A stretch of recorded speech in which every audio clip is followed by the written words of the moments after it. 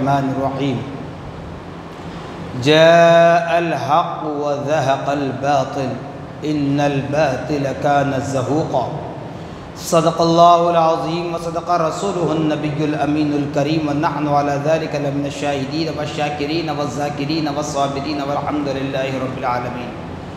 قال اللہ تبارک وتعالی فی شأن حبیبہ المصطفى ورسولہ المجتبى صلی اللہ تعالی علیہ وسلم ان اللہ وملائکتہ یصلون علی النبی یا ایہا الذین آمنوا صلوا علیہ وسلموا تسلیما اللہم صل علی سیدنا شفیعنا مولانا محمد کما تحب وترضى بأن تصلی علیہ صلی اللہ تعالی علیہ وسلم۔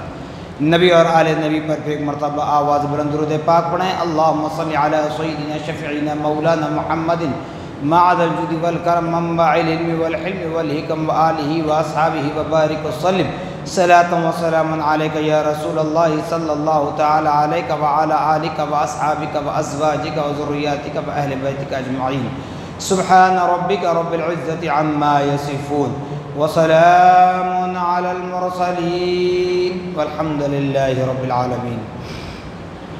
الحمدللہ، تمام تعریفیں اس ذات اقدس کے لیے ہیں جو سارے عالموں کا پروردگار ہے، جس نے ساری کائنات کو پیدا فرمایا، ساری کائنات کو روزی دے رہا ہے، میدان محشر کا مالک و مختار ہے۔ یقیناً اس خدا رب ذوالجلال کا بڑا ہی شکر احسان عظیم ہے کہ اللہ رب العالمین نے ہم اور آپ کو اپنے نبی مکرم رسول محتشم صاحب لولاک باعث تخلیق کائنات فخر موجودات حضور تاجدار مدینہ حضرت محمد مصطفیٰ احمد مجتبیٰ صلی اللہ تعالی علیہ وسلم کی امت ببرکت میں پیدا ہونے کا اعزاز بخشا۔ صاحبو، اللہ پاک نے اپنے انبیاء و رسول کو اس روئے زمین پر اپنے بندوں کی ہدایت کے لیے مبعوث فرمایا۔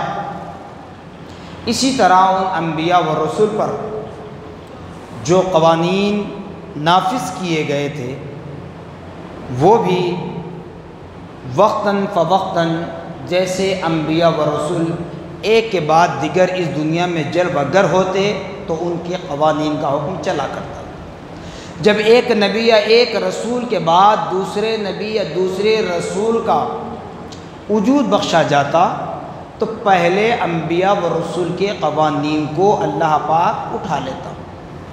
تو اسی طرح نبی محمد الرسول اللہ صلی اللہ تعالی علیہ وسلم کو اللہ رب العالمین نے آخری نبی بنا کر بھیجا، جس کے بعد یہ اعلان کر دیا کہ یہ میرا آخری نبی ہے، اب قیامت تک کوئی نبی اور رسول آنے والے نہیں ہیں۔ تو مطلب یہ واضح ہو چکا ہے انبیاء و رسول اس لیے آنے والے نہیں ہیں کہ نبی محمد الرسول اللہ صلی اللہ تعالی وسلم کے لیے قرآن بتا رہا ہے هو الاول والآخر والظاہر والباطن، وہی اول ہیں، وہی آخر ہیں، وہی ظاہر ہیں، وہی باطن ہیں۔ اور اسی طرح نبی محمد الرسول اللہ صلی اللہ تعالی علیہ وسلم پر اللہ پاک نے اپنا جو کلام، اپنی جو کتاب نازل فرمایا، اس کا نام رکھا گیا قرآن مجید۔ اور جب قرآن مجید کا نزول ہوا تو تمام کتابیں، تمام صحیفے آسمان پر اٹھا لیے گئے۔ کیوں؟ اس لیے کہ اللہ رب العالمین جانتا ہے آنے والے زمانے میں جو فتنوں کا دور ہوگا، ایسے پرفتن دور میں ایسے لوگ بھی ہوں گے جہاں آ کر قرآن مقدس اور نبی پاک صلی اللہ تعالی علیہ وسلم کی مخالفت میں اپنے پروف، اپنے دلائل دے سکتے ہیں۔ اس لیے اللہ پاک نے آسمان پر اٹھا لیا۔ اب کوئی مذہب اگر یہ کہتا ہے کہ ہمارے نبی پر یہ کتاب نازل ہوئی، یہ کتاب ہمارے پاس ہے، تو بالکل جھوٹا ہے، کیونکہ کتاب کا نام تم نے دیا ہے، کتاب کو تم نے بنایا ہے، لیکن وہ کتاب کو اللہ نے آسمان پر اٹھا لیا جو تمہارے نبی پر نازل کیا تھا۔ اور قرآن پاک کے لیے جب اللہ پاک نے قرآن کو نازل فرمایا تو کیا فرمایا؟ اِنَّا نَحْنُ نَزَّلْنَا الذِّكْرَ وَإِنَّا لَهُ لَحَافِظُونَ، بے شک اس ذکر کو، اس قرآن کو، اس کتاب کو، اس کلام اللہ کو ہم نے جو نازل فرمایا ہے اس کی حفاظت کا ذمہ ہم لیتے ہیں۔ اس لیے اس فقیر نے آپ کے سامنے بارہا کہا کہ ساری دنیا، عرب ہو عجم، ساری دنیا، ساری کائنات کہ ہر مسجد سے، ہر مدرسے سے، ہر درگاہ سے، ہر خانقاہ سے، ہر کتاب جہاں بکتی ہے ان دکانوں سے، ہر لائبریریوں سے، ہر پرنٹنگ پریس سے، جہاں جہاں قرآن پر کام ہوتا ہے، ان تمام قرآنوں کو، ان تمام قرآن کے اجزاء کو ایک جگہ جمع کر کے اگر کوئی اعلان کر دے، کہہ دے کہ ہم نے دنیا سے قرآن کو ختم کر دیا، اب مسلمان کے پاس قرآن نہیں پہنچ سکتا، تو یاد رکھنا اے نادانوں، یاد رکھنا اللہ پاک کا وعدہ ہے، اِنَّا نَحْنُ نَزَّلْنَا الذِّكْرَ وَإِنَّا لَهُ لَحَافِظُونَ، کہ قرآن کو ہم نے نازل کیا ہے، اس کی حفاظت کا ذمہ ہم لیتے ہیں۔ ارے تم کیا حفاظت کر سکو گے؟ اے مومنو، تمہارے اندر بھی اتنی طاقت نہیں کہ تم قرآن کی حفاظت کر سکو۔ کیوں؟ اس لیے کہ اللہ پاک نے اپنے بندوں میں چند بندوں کو منتخب کیا، چند بندوں کو منتخب کیا جو دینی مدارس کا راستہ طے کرتے ہیں، قرآن پاک کی تعلیم حاصل کرتے ہیں۔ تبھی تو پیارے آقا محمد الرسول اللہ صلی اللہ علیہ وسلم نے ارشاد فرمایا، جب کوئی بندہ مومن، چاہے لڑکا ہو یا لڑکی، مرد ہو یا عورت، مدرسے کا راستہ اختیار کرتے ہیں، دینی تعلیم حاصل کرتے ہیں، تو پیارے آقا صلی اللہ علیہ وسلم ان کے لیے بشارت دے رہے ہیں کہ فرشتے ان کے پیروں کے نیچے اپنے پر بچھاتے ہیں، فرشتے ان کے قدموں کے نیچے اپنے پر بچھاتے ہیں، کیونکہ یہ اللہ اس کے رسول کے مہمان ہیں۔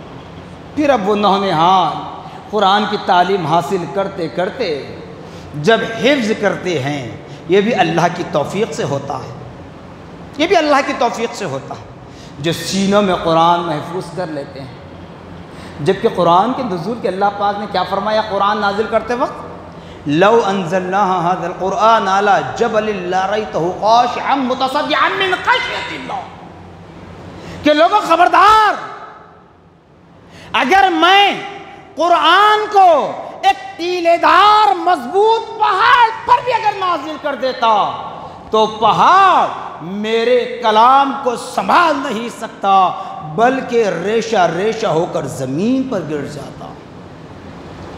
پھر آج ایک حافظ قرآن کے سینے میں قرآن کو محفوظ جو آپ دیکھتے ہیں، وہ کیسے؟ یہ ہماری بساط نہیں ہے۔ کوئی حافظ نہیں کہہ سکتا کہ میری ماں کی محنت کی وجہ سے، میرے باپ کی شفقت کی وجہ سے، میرے اساتذہ کی مہربانیوں کی وجہ سے میں حافظ قرآن بن گیا، یہ دعویٰ نہیں کر سکتا۔ اس لیے کہ دنیا میں ہم جی رہے ہیں تو وسیلے سے جی رہے ہیں پیارے آقا محمد الرسول اللہ صلی اللہ تعالیٰ علیہ وسلم کے قلب اطہر پر اللہ پاک نے قرآن نازل فرمایا، تو اس سے اندازہ کیجئے میرے نبی کا سینہ ٹیلے دار پہاڑ سے بھی زیادہ مضبوط ہے، ساری دنیا کے سہارے پہاڑوں سے، ساری چٹانوں سے مضبوط ہے، کہ جس سینے نبوی نے خدا کے کلام کو محفوظ کیا، اور اسی نبی کی امت میں چند لوگوں کو اللہ پاک منتخب کرتا ہے جنہیں حافظ قرآن بناتا ہے۔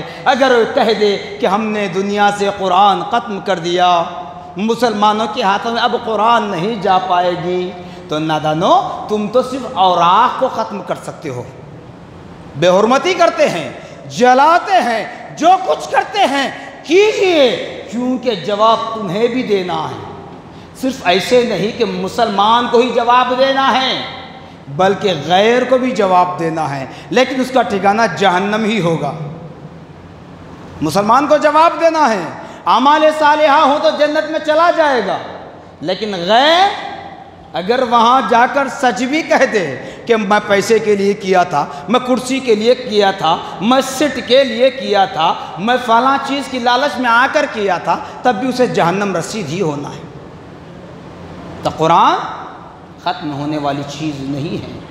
حافظ قرآن کے سینے میں اللہ پاک نے قرآن کو محفوظ کر دیا۔ یہ پیارے آقا محمد الرسول اللہ صلی اللہ علیہ وسلم کا صدقہ ہے۔ تو وہی قرآن کہہ رہا ہے جاء الحق وزہق الباطل ان الباطل کان زہوقا۔ حق آیا اور باطل چلا گیا، وزہق الباطل، باطل چلا گیا، ان الباطل کان زہوقا، بے شک ایک نہ ایک دن ضرور باطل کو چھپ ہی جانا ہے، گم ہو جانا ہے، مسنگ ہو جانا ہے۔ تو حق اور باطل کی پہچان اسی وقت ہوتی ہے جب ہم اللہ اور اس کے رسول کے فرما بردار بن جائیں گے۔ اب حق اور باطل کیا ہے؟ صرف دنیاوی معاملات ہی نہیں، جہاں دینی معاملات میں آپ اللہ اور اس کے رسول کو پیش نظر رکھ کر، خوف خدا کو اپنے دل میں بٹھا کر، رب کی اور رسول اکرم کی رضا حاصل کرنے کے لیے جو عمل کرتے ہیں تو آپ حق پر ہیں۔ اور اللہ فرما رہا میں حق کا ساتھ دینے والا ہوں۔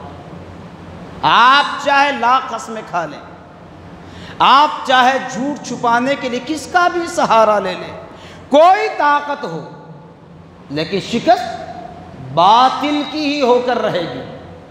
حق کا ساتھ اللہ بھی دے گا، اور حق کے ساتھ وہ نورانی مخلوق بھی رہے گی جو ہماری نظروں سے غائب ہوتی ہے، فرشتوں کی جماعت۔ عوام تو عوام، فرشتے بھی وہاں جمع ہو جاتے ہیں حق کا ساتھ دینے کے لیے۔ تو حق اور باطل کی پہچان یہ ہوتی ہے۔ باطل آتا ہے بارش کے جھونکے کی طرح اور چلا جاتا ہے، حق وہ ہوتا ہے جو ڈٹ کر کام کرتا ہے، دشمنوں کا جھرمٹ ہو، تیر و تلوار ہو، ہتھیار ہو، حق وہ ہوتا ہے جو ڈٹ کر کام کرتا ہے۔ اور اسی حق کی بنیاد پر آج ہمیں اسلام ملا ہے۔ آج ہم نے اسلام کو جو ایزی لیے ہے نا، اسلام ہمیں اتنی آسانی سے نہیں ملا۔ جیسے بھی دن ہیں گزرے نہیں، قربانی کے دن، دوسرا دن ہے آج قربانی کا، تو اسلامی سال کا ابتدا ہو رہا ہے قربانی سے، اور اسلامی سال کا آخر بھی ہو رہا ہے قربانی پر۔ کتنی قربانیاں پیش ہوئی، کس لیے؟ کس لیے؟ کیا اپنے گھر بار کی شان بڑھانی تھی؟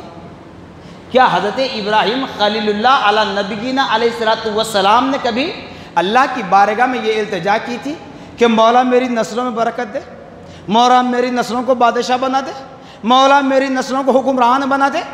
کبھی کہا؟ جبکہ بتایا جاتا ہے کیا انبیاء و رسل میں جتنی آزمائشیں حضرت ابراہیم خلیل اللہ علی نبینا علیہ الصلوۃ والسلام سے ہوئی، شاید ہی کسی اور نبی و رسول سے نہیں ہوئی سوائے محمد الرسول اللہ صلی اللہ علیہ وسلم۔ مگر کبھی ابراہیم علیہ السلام نے اللہ کی بارگاہ میں مایوسی کا اظہار نہیں کیا۔ اس فقیر نے آپ کو جو قربانی کے لیے بار بار سخت الفاظ سے کہا، اسی وجہ سے کہ اللہ پاک کو راضی کرنے کی کوشش کرے۔ حضرت ابراہیم خلیل اللہ علیہ نبیین علیہ السلام ہر وقت اللہ کی رضا کو پیش نظر رکھتے۔ پھر نبی پاک صلی اللہ تعالی علیہ وسلم سے پوچھا گیا آپ کی ولایت بسعادت کیسے ہوئی، اس کے جو تقاضے ہیں، تو نبی پاک نے فرمایا ایک چیز میں بتا دیتا ہوں، باقی تو آپ پڑھ لیں گے۔ فرمایا کہ انا ابن الذبحتین، میں دو ذبیحوں کا بیٹا ہوں، میں دو ذبیحوں کا بیٹا ہوں۔ کیسے؟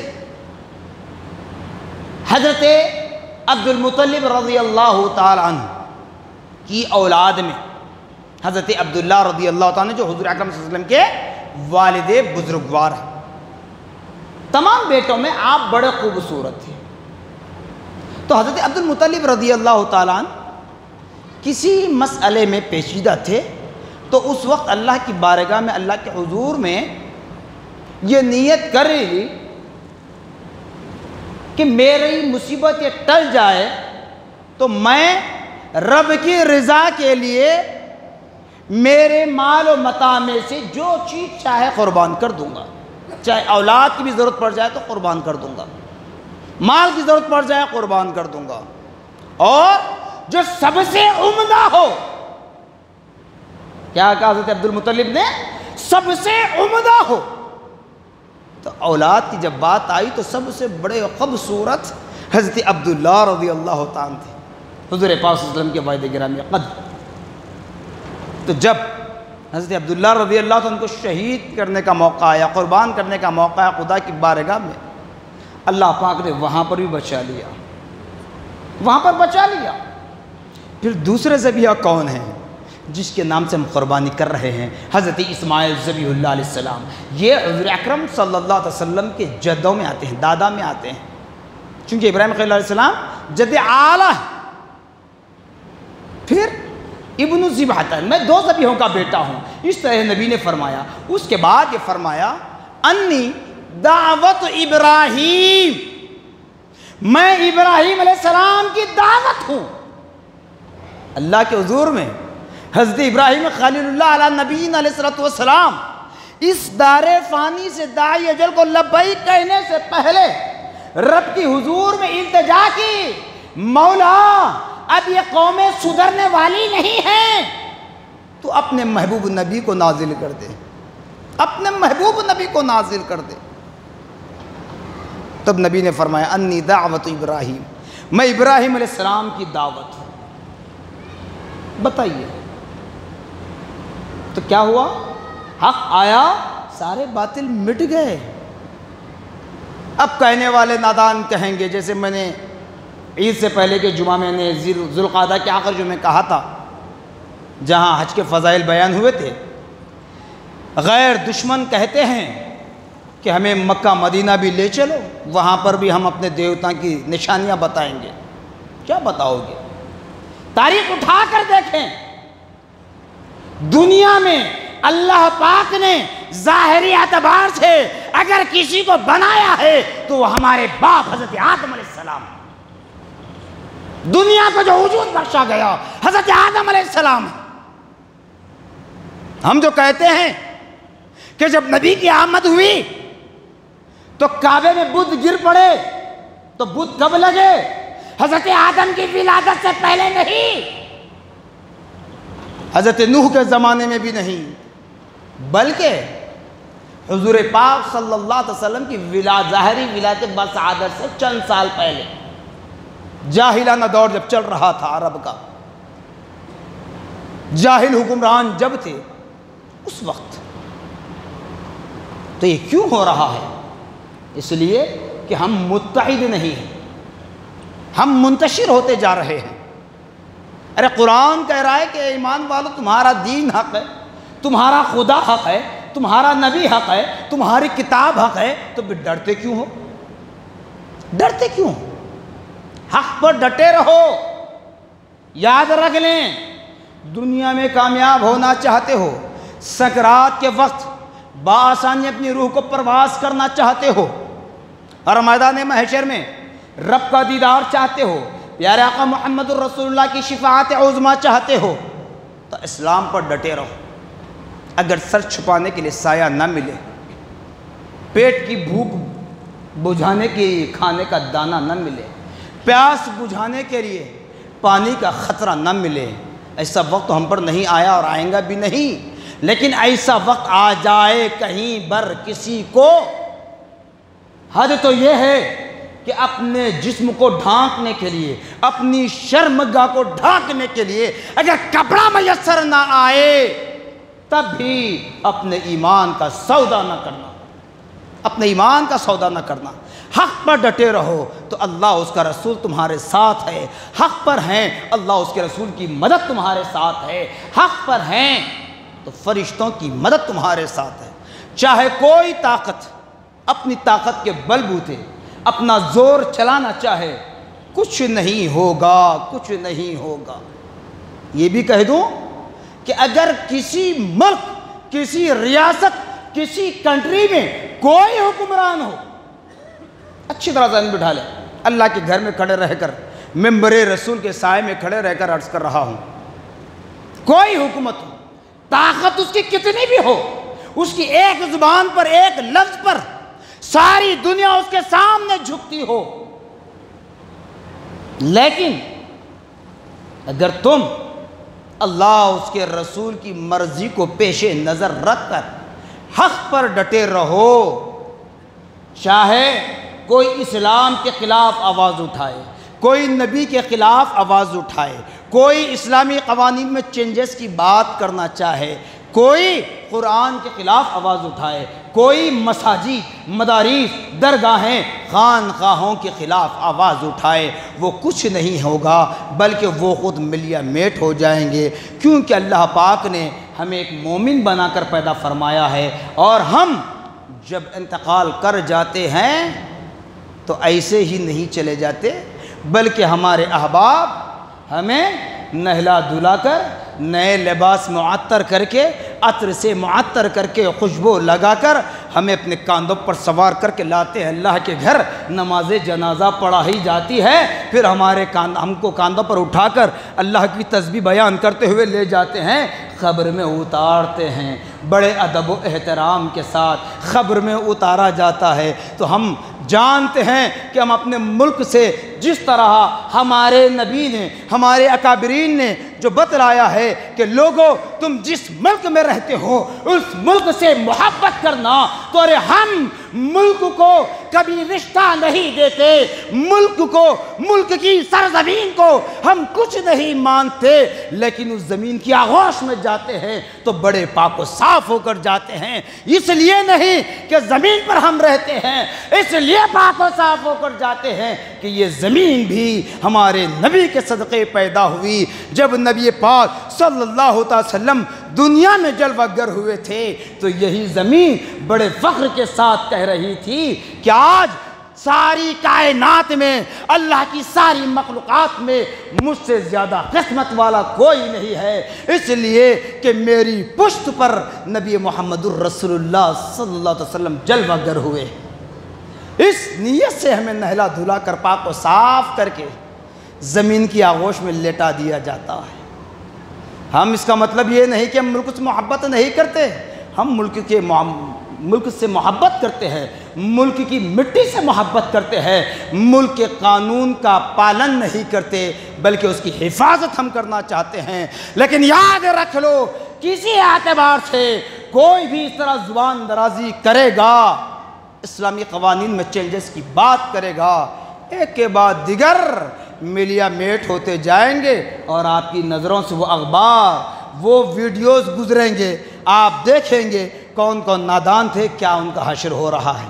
اللہ تعالیٰ دنیا میں بتائے گا، اس لیے کہا گیا کہ اے مومنو، اگر تم اللہ اس کے رسول کی ذات پر بھروسہ کرتے ہوئے دین اسلام پر ڈٹے رہو تو تمہارا ٹھکانہ میرے دوستوں کے ساتھ جنت میں ہوگا۔ اگر تم دنیا کی تھوڑی سی لالچ میں آ کر طاقت کے لیے، پیسے کے لیے، کرسی کے لیے، سیٹ کے لیے، اپنے بچوں کی ڈاکٹریٹ کی ڈگری کے لیے، اپنے بچوں کی انجینئرنگ کی سیٹ کے لیے اگر ان کا ساتھ دو گے تو مرنے کے بعد بھی انہی کے ساتھ تمہارا حشر ہوگا۔